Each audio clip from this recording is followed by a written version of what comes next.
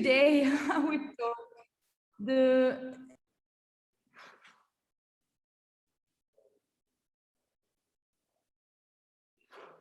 about the phenomenon of digital fashion, and I have many subjects to share with you. First of all, we'll talk about the so-called CGI influencers. CGI stands for computer-generated influencers. Then I will enter the topic of crypto fashion, or simply virtual fashion. And these will enable us to engage into discussion about the multiverse and the metaverse, that are very hot topics today. And we will conclude with an overview about transhumanism, and overall the discussion will enable us to have new perspectives revolving around contemporary social cultural trends such as inclusivity, such as gender fluidity, and multiple selves. So let's start with something to warm up. A few weeks ago, I read this news: Plastic Boy and Ria are dating. What am I talking about? Is there anyone here aware about who are they? You can use the chat. I do not hesitate to interact. Nobody? Okay, so these are the people I'm talking about. That is the post that I read a few weeks ago. I said, oh my God, I didn't see that happening. And let me introduce you, Ria. You can follow her on Instagram as Ria Tokyo. Then there is Imma. Imma is also a fashion designer, and she released a few months ago a digital collection called The Drop for Amazon. And Imma and Ria are friends, and Plastic Boy is Imma's brother.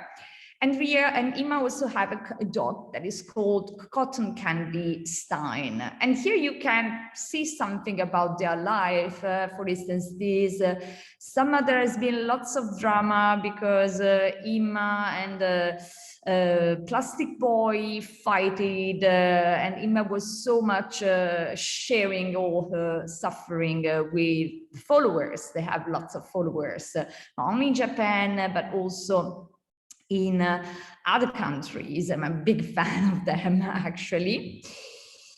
But don't be shocked, because Imma, Plastic Boy, and even Cotton Candy Stein technically do not exist.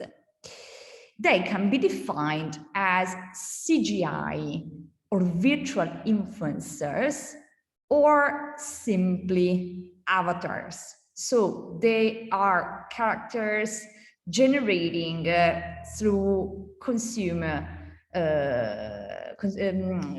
graphic. So they are purely digital creatures. And they are all virtual humans. If you navigate on the web, you will realize that there is an entire directory of CGI influencers. You probably recognize Michela Sousa, that probably is the most famous one.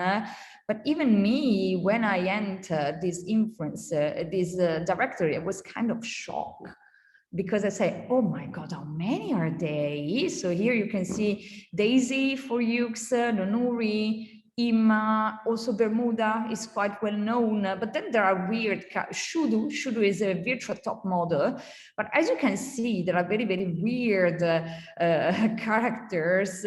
Sometimes they are kind of creepy, I would say, because they are not so much human. Look at Chill Pill, for instance. Here there is Ryan, he's very nice. Plastic Boy here. Then Bird Soap, Ria, that is dating with Plastic Boy right now. So you can see different kind of people, and it's very inclusive because we have people from all around the world with whatever body shape, whatever color of the skins. We have cartoons, video games, weird hybrid, such as John Pork. We have, or Skazy Boy. We have Baby Ellis, a very creepy creature, or also post-human or cyber creature you will see. So it's amazing. If you visit this directory, so as you can see, they also cover different ages. If you visit this directory, you can access very detailed information about who are them, where can you follow them, what they like, what they dislike, and all the channels that they are managing. So if you thought that virtual influencers are a niche phenomenon, it's definitely not. Yeah, you didn't know about them. You just have to go on virtualhumans.com or .org. I don't actually remember the, let me see, maybe from the beginning. No, I cut it, but you can just put virtual humans and you will find them. You can also create an influencer if you want. And virtual humans typically wear virtual clothes. Sometimes they are digital replicas or existing clothes, and they can also be testimonials of them, but sometimes they are wearing purely digital, yeah, thank you, Federica, thank you so much, purely digital garments that now it's cool to call crypto fashion. So you can relate to digital fashion, crypto fashion, virtual fashion. You can use them as synonymous. To introduce that, I will start with the origin. The most famous purely digital house is the Fabricant. I was aware of them a few years ago, and when these digital houses emerged, they proposed themselves as the next level of sustainability, because digital fashion experience doesn't require any kind of waste, any kind of consumption of water, no waste of garments, so there is no pollution, nothing. So in a few years, the Fabricant grew a lot and started collaborating for several brands. The most famous collaborations are the Puma, as you can see in this recording. And then there is another very nice collaboration with Buffalo. That was a brand of sneakers that was very, very cool in the 90s when I was an high school student, even if I didn't wear that. And so it grew a lot, and now it's kind of patronizing new digital creators. And here, the world was shocked when they managed to sell a $9,000 digital couture outfit as an action, an outfit that actually doesn't exist. It can be worn in the real world. So as I was saying, the attention of the fashion industry was addressed on the Fabricant in those moments in which the company managed to sell a couture garment, purely virtual couture garment for almost 10,000 euro in Bitcoin, so in crypto value. And of course, lots of noise revolving around this collaboration. As I was saying, nowadays, the Fabricant is supporting visual artists, emerging digital fashion designers. So follow the Fabricant on Instagram or other channels, because following the Fabricant will enable you to understand a lot about virtual fashion. Another channel that you can use is definitely DressX. That is the first wholesale space, international wholesale space that sells virtual clothes. And if you want to know how does it work, let me share with you this presentation. It's hard to see the difference between these outfits. They look exactly the same, but there is a difference because half of these looks do not officially exist. They are purely digital. They can be digital replicas or garments that are designed to be digital and to be worn in digital platforms. And here you see a few examples. What is the difference? Of course, as you can see here, oh my God, I went back, but you can see the main point, the unique selling proposition in the very early stage of digital fashion revolved around sustainability. You can see there is a cost for manufacturing a garment, for distributing it, for the packaging, and everything goes in landfills, and this is my favorite part. So we need lots of water to manufacture a garment. Digital fashion only requires 32 cups of water and 8 latte. Do you know why? Because this is what can oh my God, again, I went on the wrong place. This is what can keep our designers hydrated enough.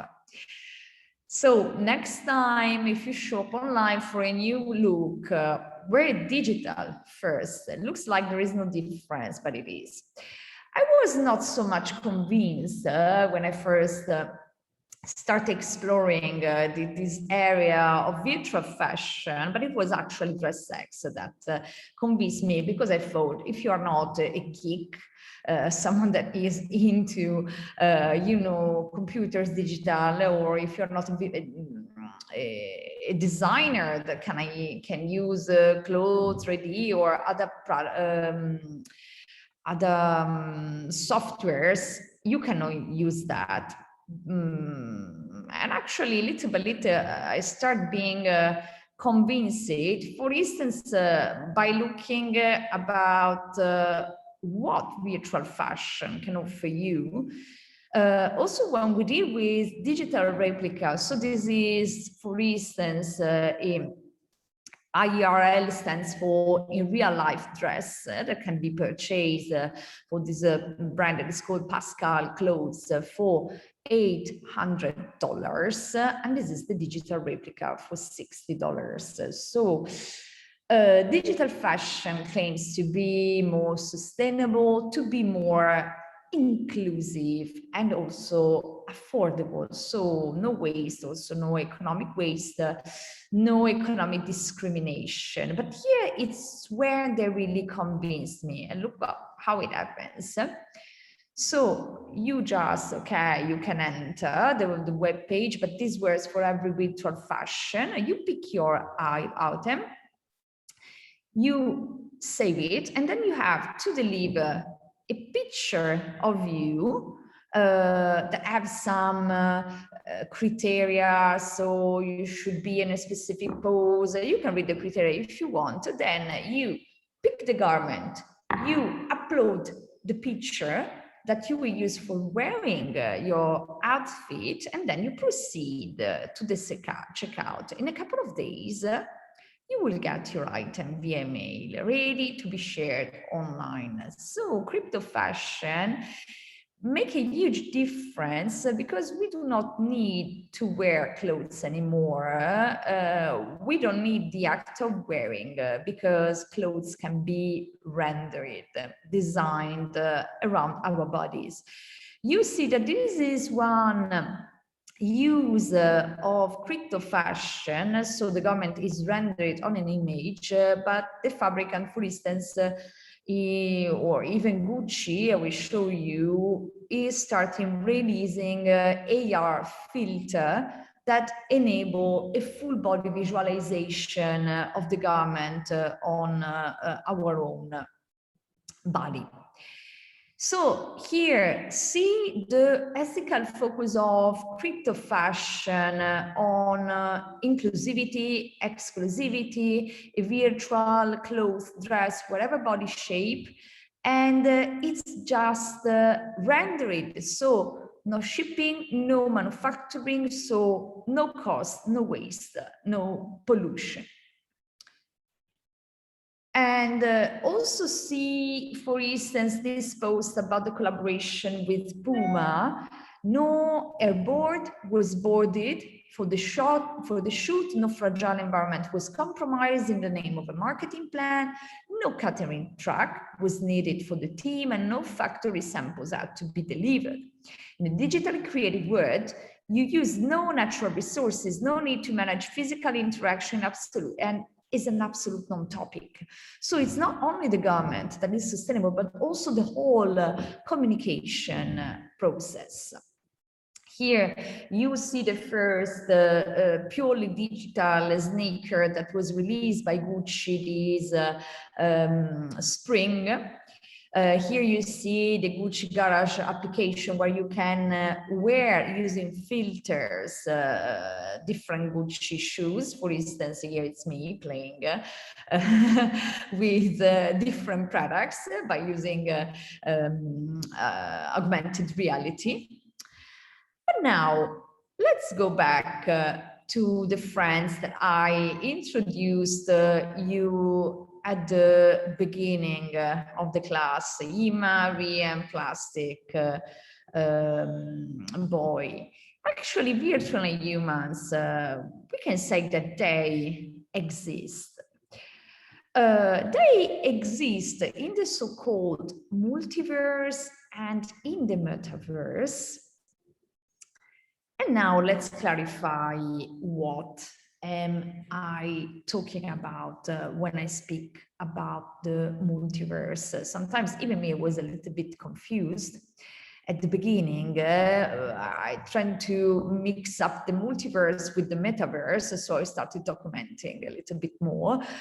And I discovered that this is a philosophical concept that is rooted in ancient Greek philosophy. So we are dealing with several centuries ago, and there were the atomists, the philosophers that start creating theories about something that today we would consider as the multiverse. This discussion continued over the centuries, was particularly hot during Renaissance. For instance, Giordano Bruno was an exponent of theory that is close to the multiverse theory. And this has been formalized even in quantum physics in the 50s. In physics, there is a huge debate regarding the idea of the multiverse. This is a concept that not everybody concepts, but quantum physics proves formally something that is really close to what actually the multiverse is. And exactly the term multiverse appeared in the publication of a philosopher and psychologist called William James, even at the end of the 19th century. And of course, it's well spread in science fiction. What basically do we mean with the multiverse? It's simply the hypothesis of the existence of multiple worlds, parallel universe, or dimension. I am a big fan of sci-fi, of cyberpunk, and any time that I enter into a sci-fi movie or TV series where there are multiple universes, of course, I'm really enthusiastic. For instance, I remember Fringe, but I never watched it because it was, too splatter.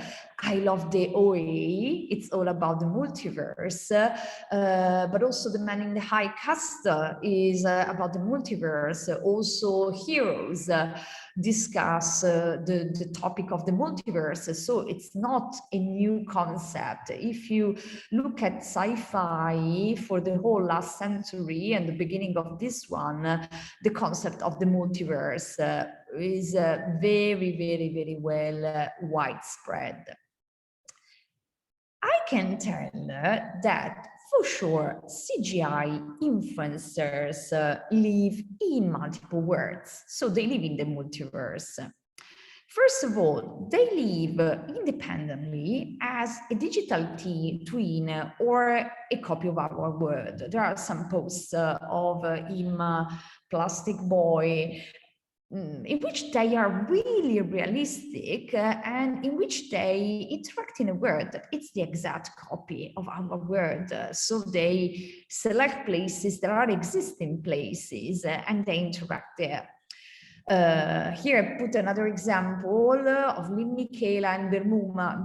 Bermuda is quite new and is a friend of Lil Michela. And again, you can see that the backgrounds are extremely hyper real, extremely realistic.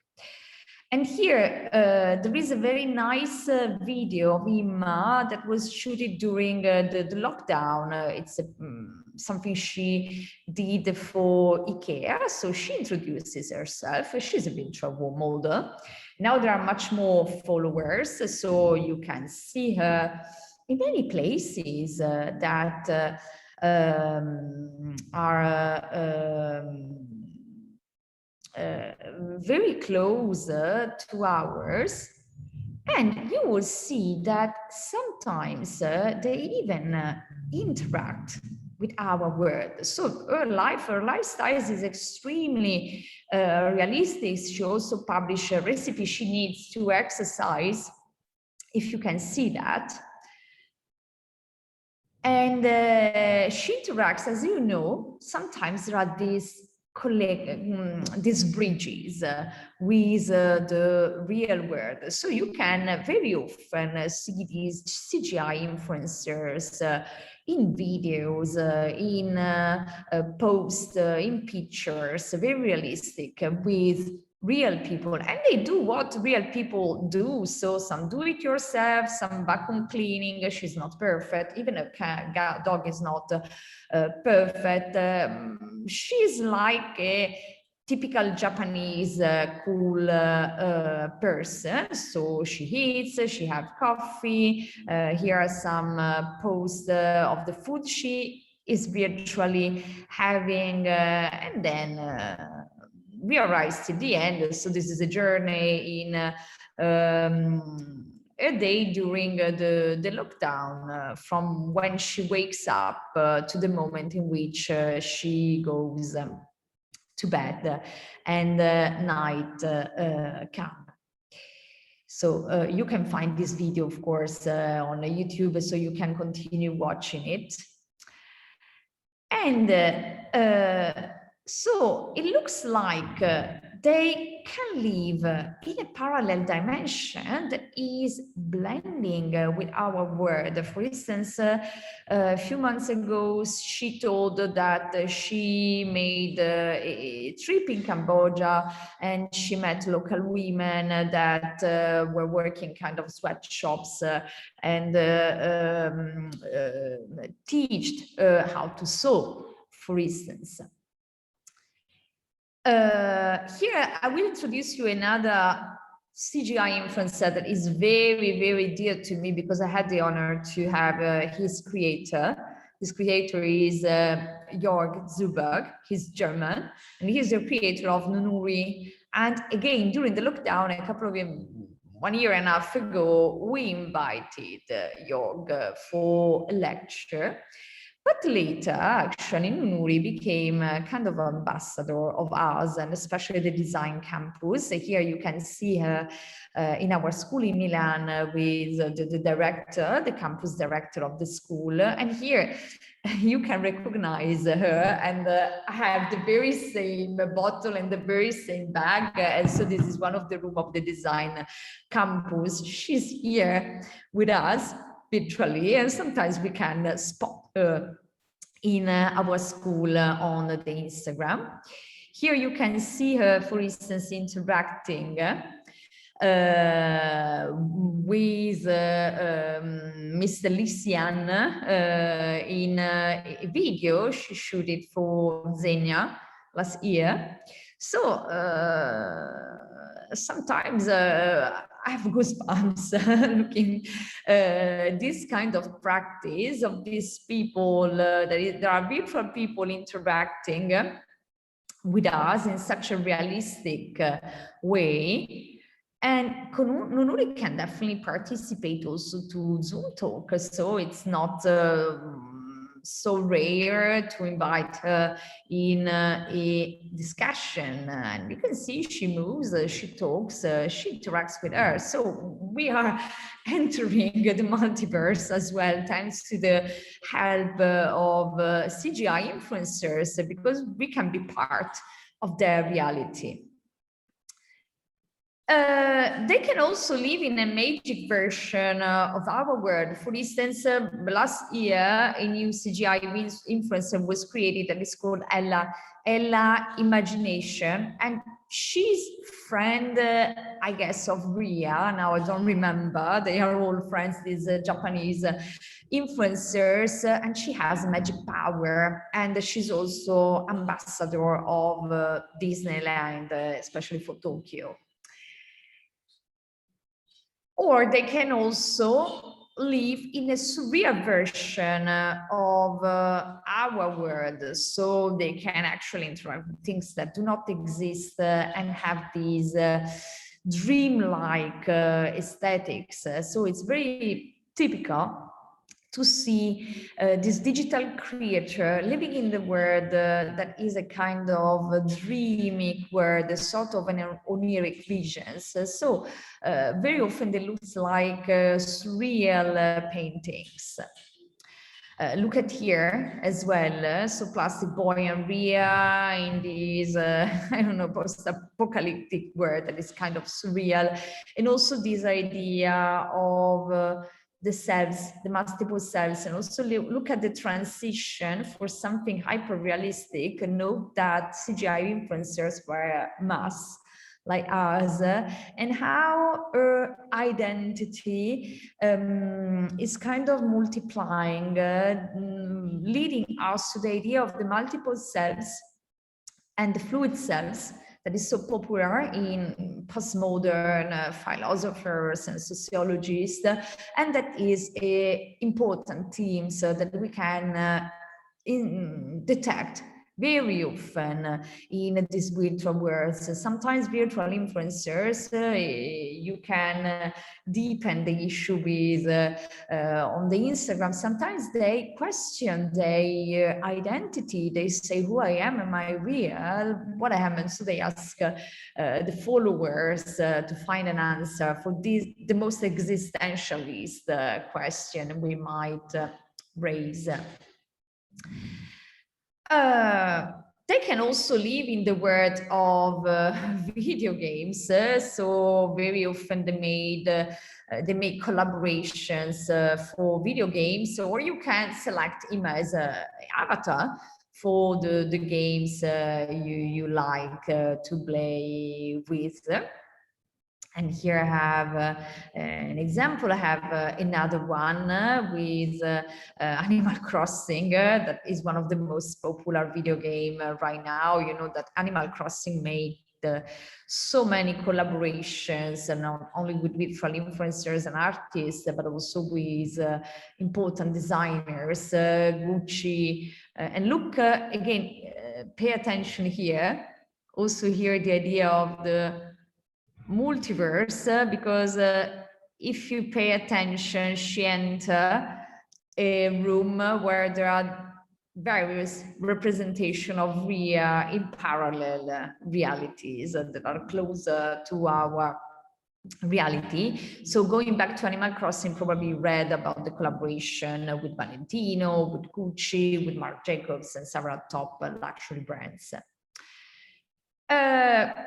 They can also live in the world of anime and manga, and of course this is what happened, especially when they come from Japan, that has this very strong visual culture.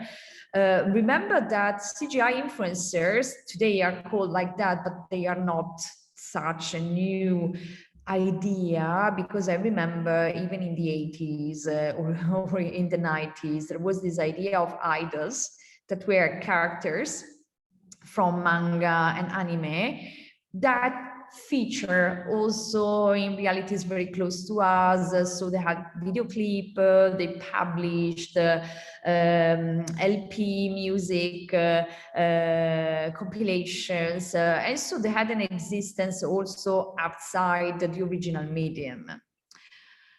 Then, of course, they can also exist in the world of art as art pieces. There has been this summer very nice exhibition about Ima, and you can research this.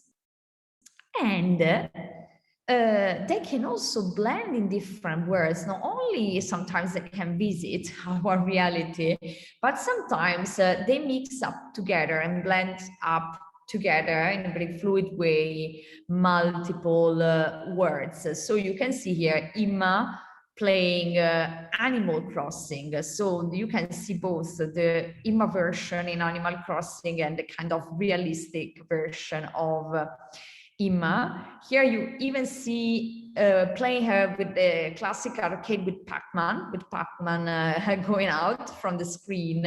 And here she makes a TikTok with a very super cute, typical Japanese mascot that plays with her. It's so nice. So you can have lots of fun in watching how this virtual human behaves on different platforms. So you can see again Ima close to her art representation and also interacting with real people of the real world. And also taking a selfie with herself. So she takes a selfie of herself and also her parallel cartoon version. And here you have a summing up of all the parallel dimension, the multiple worlds, the multiverse of Ima. So you can see some realistic representation, some surreal representation. At the beginning, this city all covered with flowers is a typical surreal aesthetics. So you see how she moves from a real life to a purely digital life. She can also disappear. And at the end, you will see her becoming something different and entering another dimension. Here she's a cartoon, and now she goes back to reality, so they can travel in a very, very fluid way, and they can become as cyborgs. So this is a citation of Ghost in the Shell that is a cult movie for cyberpunk. I'm dealing with the original version of the movie, not the last ones. And all these will finally bring us to one of the hottest topics of the last weeks and months, that is the metaverse. What is the metaverse? It's a cyberpunk concept. Cyberpunk is a subculture that was born as a philosophical but also style movement that declares the blending of the human, the biological, and the technological world. Okay, think about the Matrix. Matrix is a cyberpunk movie. So every time that in a sci-fi movie you have these human beings that plug themselves and they connect to a virtual reality or a computer or a parallel reality as Matrix, we are dealing with something that has to do with cyberpunk. Okay, so think that the metaverse implies this hybridization between, in the past it was orga and mecha, mechanic and organic. Now we arrive to the next level. This term was introduced by a novel that is called Snow Crash. So the idea of the metaverse and this exact term is something that arrives in the 90s. And what is it? It's a virtual reality. sorry, the typo, where people can connect in different dimensions using their own avatars. So the metaverse implies the multiverse as well, but has a much more virtual connotation. Okay, so for instance, to make an example, if you watch the series DOA, or even Heroes, or I think also Fringe, even if I didn't watch everything, they implied parallel dimensions that were all physical. The metaverse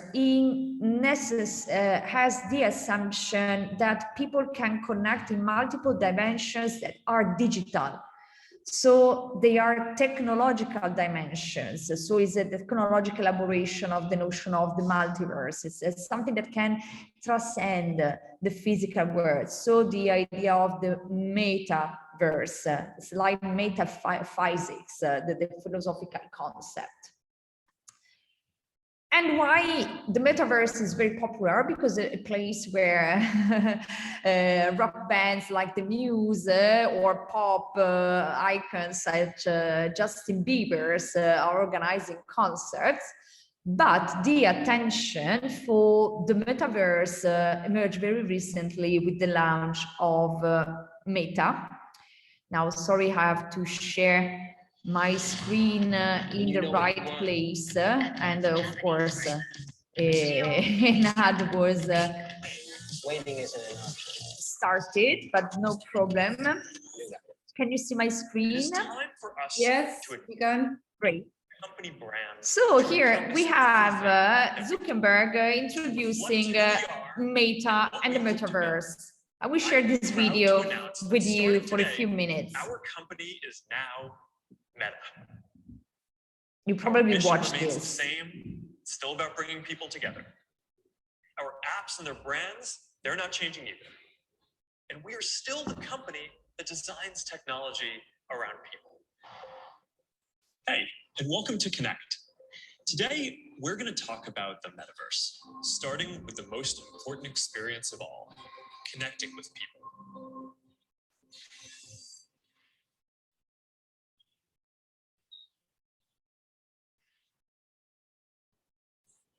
Imagine you put on your glasses or headset and you're instantly in your home space.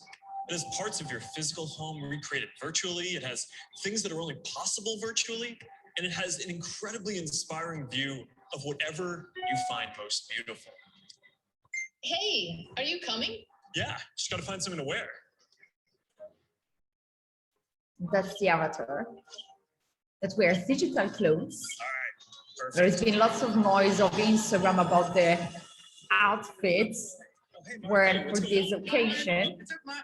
So as you can see, the metaverse includes parallel realities This place is where we can be ourselves, we can be our avatar or digital twin. But the idea here of the metaverse is the digital connection. The metaverse is possible thanks to technology.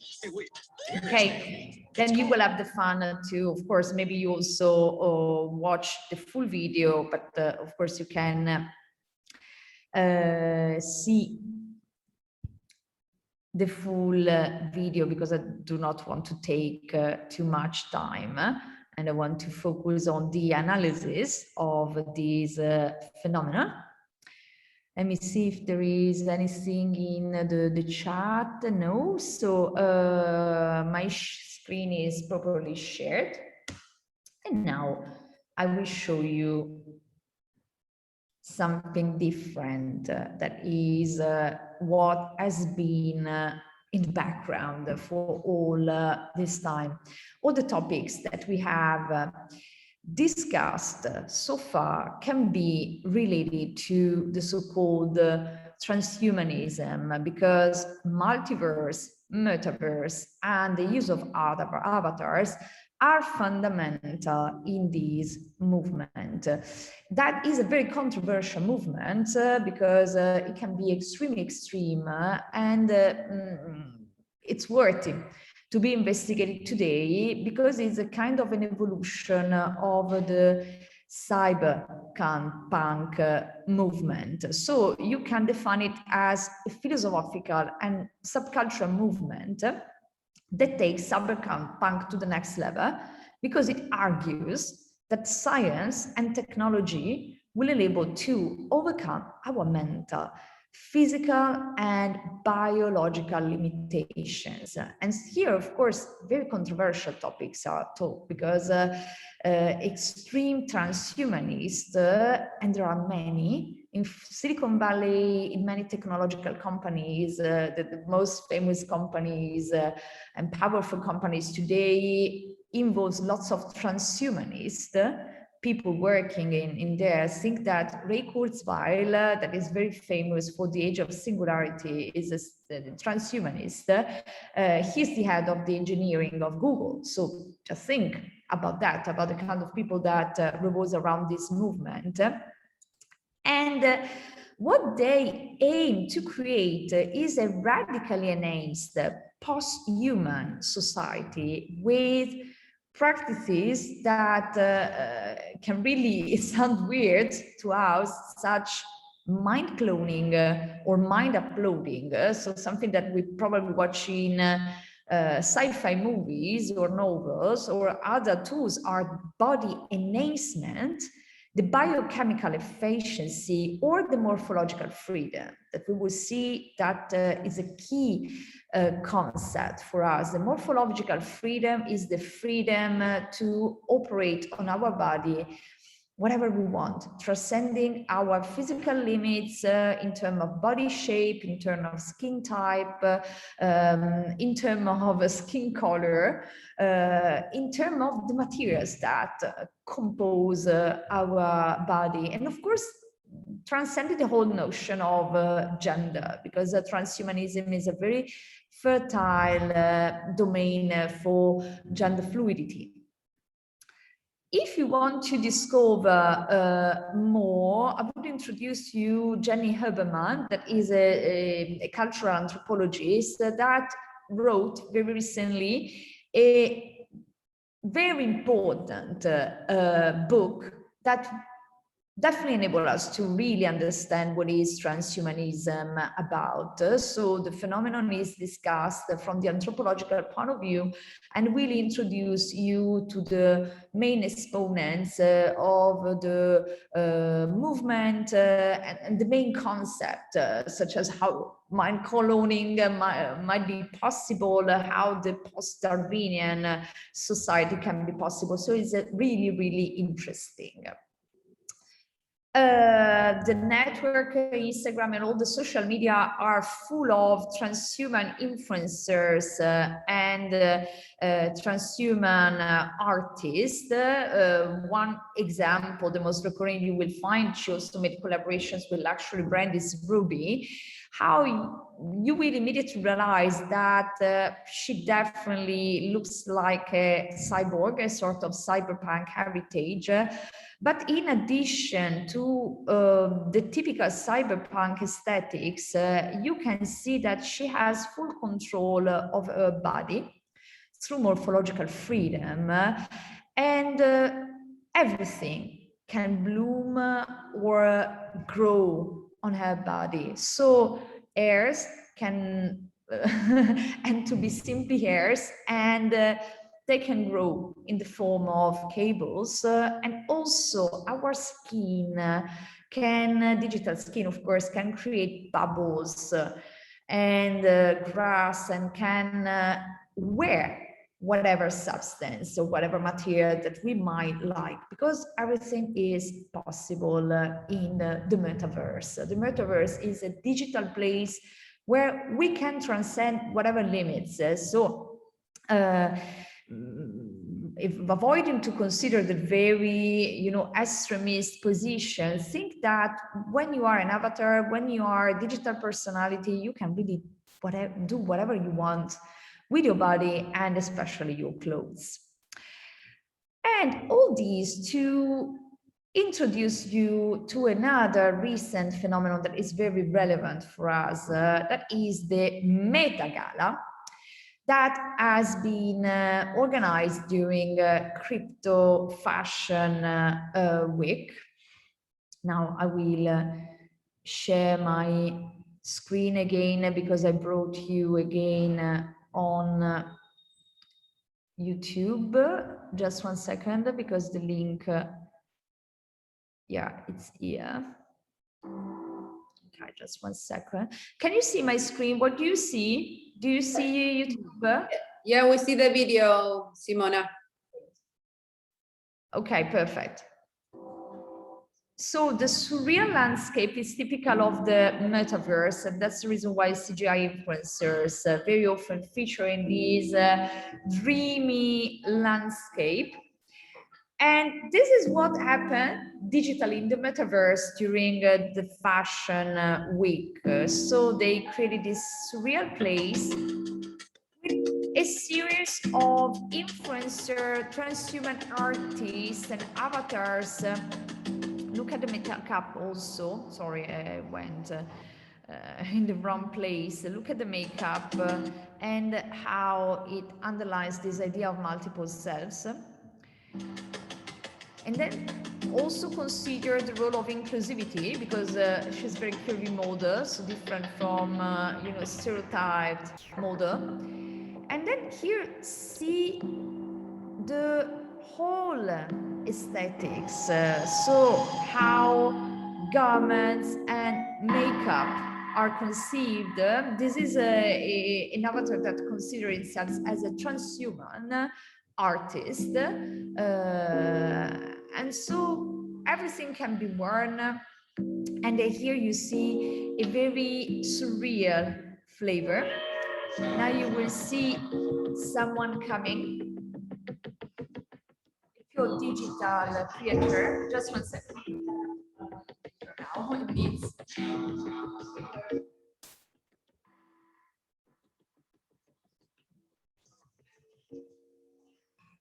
See how this transhuman movement is totally questioning our beauty stereotypes and our ideas of beauty by totally intervening on the body. And you can see also on the clothes, you can see something that reminds us the Hunger Games, the clothes that inflammates. But again, you will see that in crypto fashion is basically transhuman fashion. We can transcend all the boundaries of whatever material and physical law.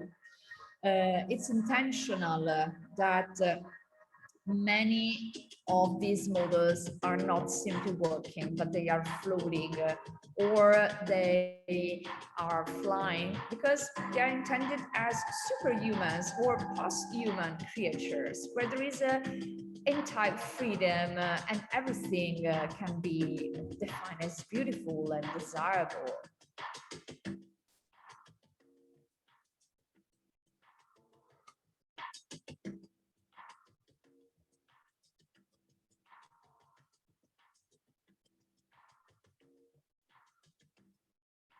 So here you see also the heritage of cyberpunk, because there are many influences of this movement. And again, we can transcend our body.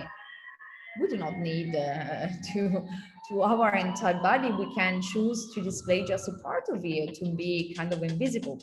And then special guest star Ruby, that is defined as the Empress of the Metaverse. She's wearing an outfit from the fabricant, and it's actually magic outfits that can bloom and enable magical things happen. So she's really the Empress of the Metaverse. This is how she has been defined, and that's the reason why there is lots of attention on her.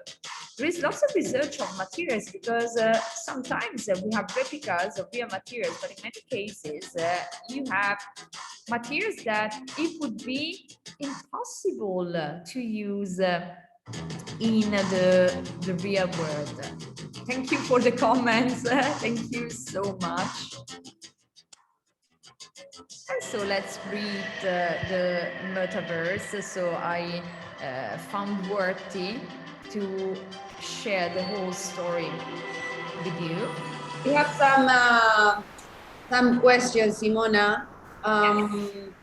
Maria is asking, do you think that this virtual reality, this virtual way is kind of a idealization of our work? Yes, yes, it is, because the development of digital fashion, virtual reality is making real the dream of cyberpunk and transhumanists to arrive to an idealistic post-human society where there is no suffering, there is no disease, and where even death is not a problem anymore, because actually there are companies that are investing lots of money to overcome this complication. So even decay, aging are soon problems that technology, these are the most extremist point of view, but they're really conceived as problems that technology in a kind of near future might overcome. Mm-hmm. So I will invite you to pay attention and to critical observe this phenomenon, because many companies are investing in these. Mm-hmm. And look at here, for instance, Lil Michaela wearing Karl Lagerfeld outfit, and they write, "We enable Karl Lagerfeld to come back." So something that sometimes is really, maybe too much. Okay, is there another question? I'm almost done with the presentation, 5 minutes, and I will be happy to answer to anyone. So I can conclude. Crypto fashion is really going in the direction of transhuman fashion, because we can see in digital fashion maybe an early stage with the claim of sustainability, with the claim of inclusivity, of course. But at a certain point, I start reading in the comments of the fabricants and other digital fashion houses. Digital fashion is the next level of the existence. So in recent time, also with all this attention for the metaverse and the multiverse, there is this idea of digital fashion as a transhuman phenomenon that is able to transcend not the limits of life, but at least the limits of fashion in the physical world, related to materials, to bodies, to shapes, and to gravity. So, for instance, it's possible to wear sneakers that can inflammate with fire, using fire or gas flames that would be possible to implement in the physical world. Or we can create garments with impossible materials, such as bubbles that move and breathe by challenging all the laws of physics. We can do even more. So we can really transcend our body, and why not create another body? Or why not thinking about an headpiece that bubbles, like of a sort of extension of our brain, and why not integrate it by our body with mechanical body enhancement? That is another transhuman idea. So as you can see here, everything is possible. We can blend different materials, and the materials can also blend with our body and our skin. The idea of the garment and the style as a separate from ourselves has been transcended too, because we can transform our nails into something cyberpunk, kind of mechanic. Even our brows can be transformed into flowers. Or our garments can simply bloom from our skin as it were plants. So there is also this idea of biomimicry that is possible with transhuman fashion. We can wear a garment that is made of a weird gas that can make us flow. And here you see also the Empress of the Metaverse has an 8-piece that is kind of an extension of the clothes. And here you see this experimentation with transhuman artists that try to transcend their body, tend to transcend the idea of gender, and they propose this idea of multiple serves that goes in the direction of an augmented soul and identity that brings all the dimensions, the parallel dimensions together. Okay, so you can definitely follow this phenomenon on DressX, on the Fabrican especially, and I also suggest Teresa Manzo that feature in the previous charts, and to start observing with totally different eyes this phenomenon, not judging it as you know, it's a fad, something we will forget about it. Also the fact that Facebook is not kind of Facebook anymore, but it's Meta, and Mark Zuckerberg is explaining us how he's making the metaverse real, should definitely lead us to a reflection, a very profound reflection. Now, thank you so much for your attention. I will be more than happy to welcome your questions. Thank you very much, Simona. It's really nice, like, to start to think about all these topics. I have some questions for you. First of all, if somebody wants to get into this life, into these worlds of transhumanism, fashion specifically, what can they study, or how can they get into, like, if they want, is there some course at Istituto Marangoni that the students can go in order to study this? Yeah, consider that all the courses are observing these changes and are working in this direction. For instance, in styling, fashion styling, the issue of virtual influencers and virtual styling is extremely important, such as the idea of creating catwalks or collaborations with video games. This is something that more technically is part of the programs of the design campus, because there is the visual design department. In fashion design, all the designers works with 3D clothing and with the Clothes Ready and other programs that enable them to create avatars and to create digital outfits. Mm-hmm. And in fashion business, all these topics are a priority. We deal a lot the issue of technology, especially from the second year. In the first year, I give lectures similar to this one within the sociology of fashion course. So we go deeper into the cultural roots of this phenomenon. So, for instance, it's important to be aware of transhumanism, not because we want to be extremist, but because we should be aware about these cultural movements that are really influencing the world and the most important corporation.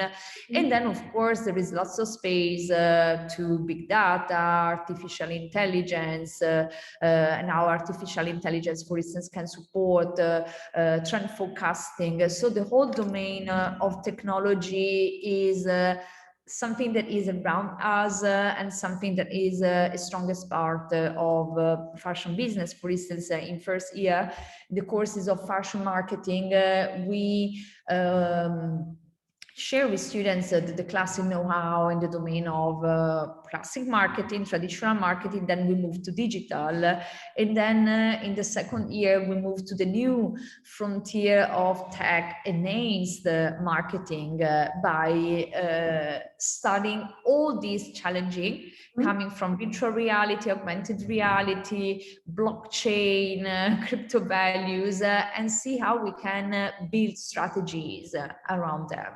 Great. So there is nothing specific, but it's all integrated in the program. Also think about visual merchandising. So you will see that whatever specialization you will fall in, there will be courses that will observe what's going on right now, because it's something that is relevant at every level, at the design stage, at the styling, communication, and marketing.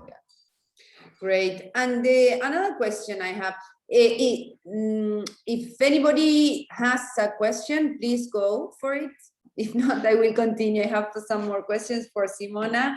I was thinking, are brands using this virtual way of course they are, because I think it's a great test, and for trend forecasting, for example, before reproducing, you test it in the virtual world, and you see how it goes, no? Yeah. For instance, I didn't put it in presentation not to make it too long, but a few weeks ago Prada created candy as a virtual influence for the candy perfume.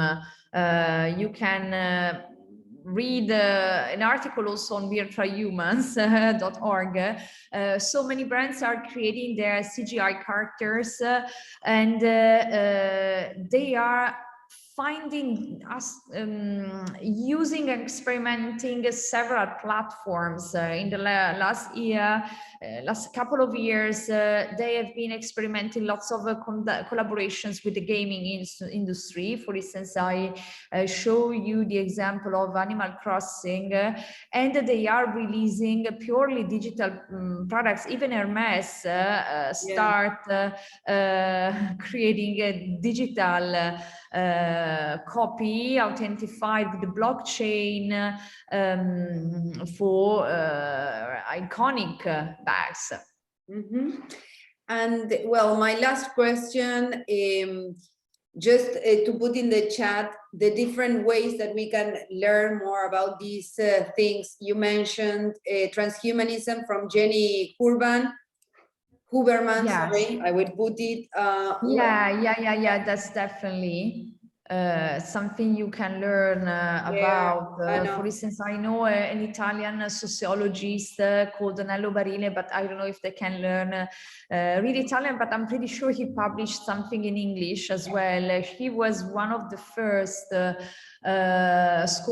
Italian sociologists that deep dive into the phenomenon of transhumanism. In fact, I remember a few years ago, so what are weird things you are studying, but he was forecasting reality. Can you type for us the name? So, or Nello Barile. Can you? Yeah, I can write in chat. Please. Then I also know a professor, Nello, a professor from Waseda University that I met 20 years ago, no, 15 years ago, more or less, that in early 2000, he was studying digital characters, robots in Japan. And as you know, in the early 2000s, there was this phenomenon of Second Life. That was one of the first transhumanist phenomenon. And this professor is named Junji, I hope to write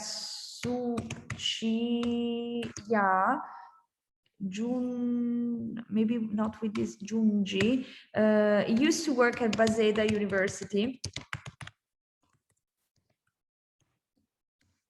Okay. And if you want to know someone really strong, Ray Kurzweil is the one of the Age of Singularity. You can read a lot about that. But you can start with the transhumanist anthropologist handbook I suggested you. That was the reason I put in the presentation, because she did real ethnographic studies on authentic documentations by the transhumans. Many of them did not officially publish, like Ray Kurzweil, but spread ideas through podcasts, through blogs. So you have many quotations of these original sources. Great. And then for Instagram and things like this, you mentioned virtualhumans.org, I think, DressX, no?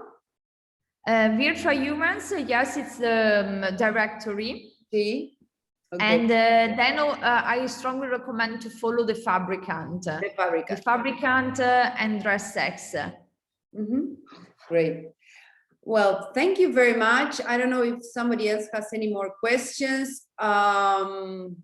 If not, I will leave the space for Adriana. I think she wanted to mention something. Simona, from my side, thank you very much. It was a pleasure to have you for second time in the year. So great. Yeah. Thank you. I see there is a comment here. It says it's really interesting from the point of view of sustainability and to make popular fashion. But it breaks a bit the barriers, the economic barriers. And at the same time, it's a philosophic concept, delicated in terms of do not liking what is human, no? In fact, as I said, it's really controversial because there are also extreme phenomena such as the body hackers that works with implants and also, you know, dangerous and scary things. So it's a domain that you should approach in a very critical way. So I strongly recommend you to use academic sources to really understand it. It's a phenomenon that we cannot deny right now. Exactly. No, and for me, it's also dangerous in terms that maybe you want to be like this influencer, Ruby, but it's not true. You cannot be like her. So maybe the point if you want, you can. Yeah, you can be in a virtual world. And this is the point of digital fashion. Transhuman fashion can be okay because it's something to play with aesthetics that could be impossible in the real world. So imagine a garment that can breathe or a garment that can glow from your skin. So it enables also fun experimentation that you know you cannot imagine in the real world. So it can be a source of inspiration also for designers and enable us to think how the boundaries between fashion and costume and art tends to blend today, because there is one of our kind of rules here at school that we have to make fashion, and fashion is something that can be worn. But actually in these, you know, metaverse, virtual reality, these boundaries are not so strong anymore, also considering the various collaboration of brands with artists, but also gamers, video game products. So it's definitely a phenomenon to continue tracking and observing in order to see how is it evolving and to be more aware about the reality around us. Great. Well, now, yes, Simona, thank you very much. Thank you, Simona. Really interesting presentation. And with no doubt, it's something that we should watch out and what's going on.